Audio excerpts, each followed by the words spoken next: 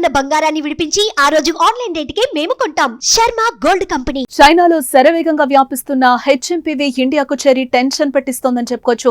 బెంగళూరులో 2 కేసులు ఇప్పటికే నమోదయ్యాయి. మొదట 8 నెలల చిన్నారికి హెచ్ఎంపీవీ సోకిందనే సమాచారం బయటకి రాగా మరో చిన్నారికి కూడా వైరస్ సోకిందని ఐసీఎంఆర్ ప్రకటించింది. 3 నెలల పాపకు వైరస్ ఉన్నట్టుగా తేలింది. చిన్నారులిద్దరూ బాప్టిస్ట్ ఆసుపత్రుల్లోనే చికిత్స అందిస్తున్నారు.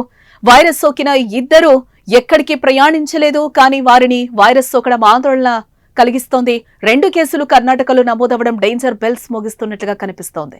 కర్ణాటక ప్రభుత్వం గైడ్ లైన్స్ ని అయితే జారీ చేసింది. బహిరంగ ప్రదేశాల్లో ఉమ్మివేయడం పట్ల కఠిన చర్యలు తీసుకోవాలని కూడా నిర్ణయించింది.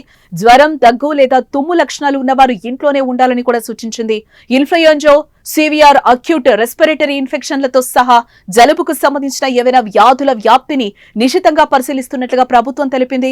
శీతాకాలంలో హెచ్ఎంపీవీ జలుబు మరియు ఫ్లూ వంటి లక్షణాలకు దారితీస్తుందని, ఇది రోగ నిరోధక శక్తి తక్కువ ఉన్న వారికి ఎక్కువ హాని కలిగిస్తుందని వైద్యులు తెలిపారు. ప్రజారోగ్య భద్రతను బలోపేతం చేయడానికి ఈ గైడ్ లైన్స్ జారీ చేసినట్లు కర్ణాటక సర్కార్ వెల్లడించింది. మిగిలిన రాష్ట్రాలు కూడా అప్రమత్తమయ్యాయి. అటు ఢిల్లీలోని పలు హాస్పిటల్స్ లో ఐసోలేషన్ కేంద్రాలు కూడా ఏర్పాటు చేసినట్లుగా తెలుస్తోంది. ముందస్తు చర్యల్లో భాగంగా ఇప్పటికే పలు చోట్ల ఆర్ఎస్ఏ, హెచ్ఎంపీవీ తదితర పరీక్షలు చేస్తున్నట్లుగా కేంద్ర ఆరోగ్య శాఖ తెలిపింది. ఒకవేళ శ్వాసకోశ వ్యాధులు అనుకోకుండా పెరిగినా వాటిని ఎదుర్కొనేందుకు తాము సిద్ధంగా ఉన్నట్లుగా డీజీహెచ్ఎస్ చెప్పుకొచ్చింది.